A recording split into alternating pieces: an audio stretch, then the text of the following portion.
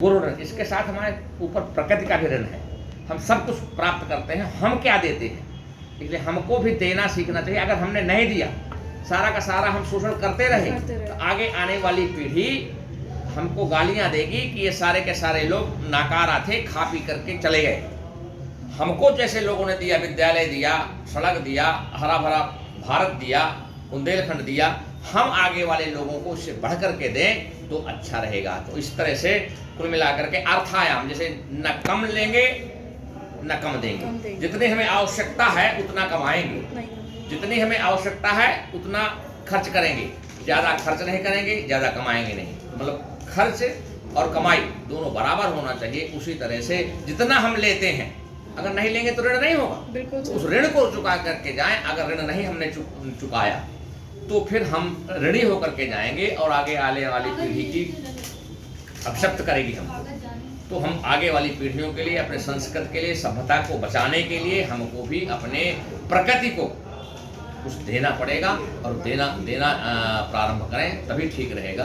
क्योंकि तमाम लोगों ने, बहुत ऐसे लोग हैं कि जिन लोगों ने केवल देने का काम किया। उदाहरण बुंदेलखंड का क्या है, अकबर बीरबल की कहानी है। बीरबल खत्म हो गए, और जब बीरबल खत्म हो गए तो अकबर से कोई ये नहीं कह सकता था कि बीरबल मर गए, क्योंकि अकबर बहुत नाराज हो रहा था। बीरबल बहुत प्रिय थे, तो उन्होंने एक दोहा कहा कि सबको सब कुछ दे दियो, रहो न काहू लेन, इंद्रहु की इच्छा भई तो गयो वीरवर देन। मतलब इतना दानी था कि उसके बारे में ये कहा गया कि वो जो है मरा नहीं है, वो इंद्र को दान करने के लिए गया हुआ है। तो इस तरह की प्रवृत्ति होनी चाहिए कि देने वाले में से होना चाहिए हम लोगों को। कि मतलब जो है, जैसे आपतगतम न जहाति ददाति काली, मित्र जो है अपने मित्र को जब परेशानियां होती तो उसको छोड़ता नहीं है, आवश्यकता पड़ने पर कुछ देने का काम करता है।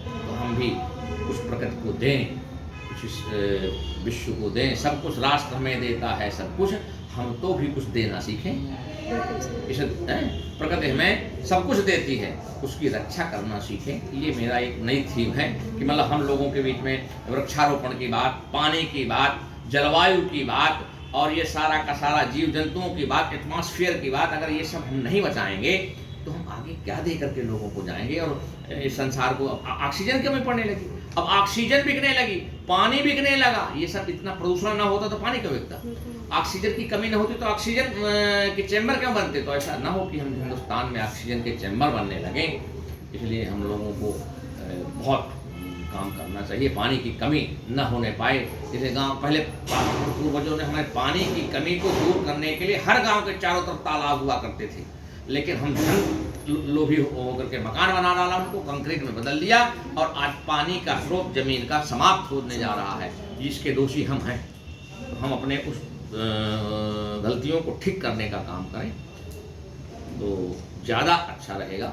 और न तो अहम काम है राज्यम, न मोक्षम, न पुनर्भव, केवलम दुख तप्तानाम प्राणिना मार्त नाशना।